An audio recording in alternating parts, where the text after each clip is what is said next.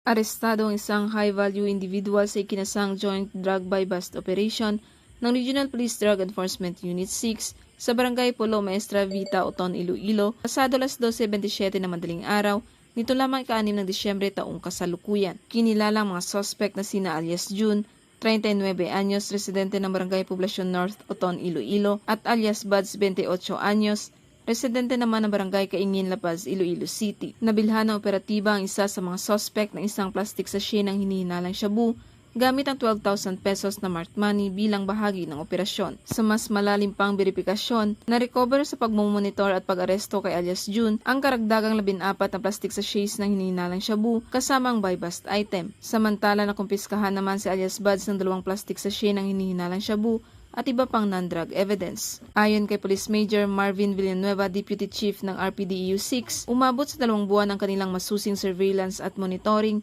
bago na isekatuparan ang operasyon. Nasa humigit kumulang 305 gramo ng hinihinalang shabu ang kabuuang nakumpiska na may tinatayang market value na 2,074,000 pesos. Sa ngayon, ang mga suspect ay nakatakdang sampahan ng kasong paglabag sa Republic Act 9165 o Comprehensive Dangerous Drugs Act of 2002. Ang matagumpay na operasyon ay nagpapakita ng walang sawang pagtatrabaho ng kapulisan upang protektahan ang publiko laban sa pinsalang dulot ng ilegal na droga. Isang matibay na hakbang patungo sa mas ligtas at mas maayos na komunidad. Mula dito sa Police Regional Office 6, ako ang inyong Police News Network Correspondent, Patrolwoman Jolibel Albior, alagad ng batas, tagataguyod ng Balitang Pulis.